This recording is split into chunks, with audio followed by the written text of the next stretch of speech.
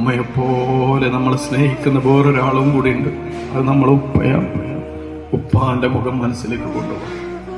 ഉപ്പാൻ ഓർമ്മ വരുന്നില്ലേ? ഉപ്പ എപ്പോഴും ഗൗരവത്തിൽ നടക്കുമായിരിക്കും. പക്ഷെ വല്ല ഗൗരവമൊക്കെ ആണെങ്കിലും ആ ഉപ്പാന്റെ മനസ്സ് നിറയെ നമ്മളോട് സ്നേഹം. കാണാൻ വലിയ സൗന്ദര്യമൊന്നും ഉണ്ടാവില്ല.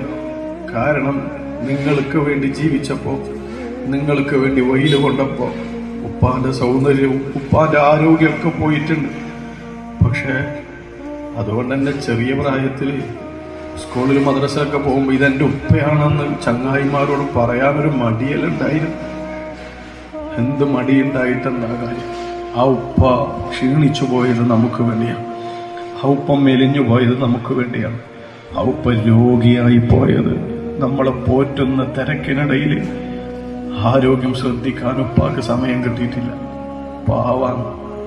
ആ ഉപ്പ ദുനിയാവിൽ കുറെ സുഖിച്ചിട്ടൊന്നുമില്ല, കുറെ സന്തോഷിച്ചിട്ടൊന്നുമില്ല. ഒരുപാട് കഷ്ടപ്പാടുകൾ ബാക്കിയാക്കിയിട്ടാണ്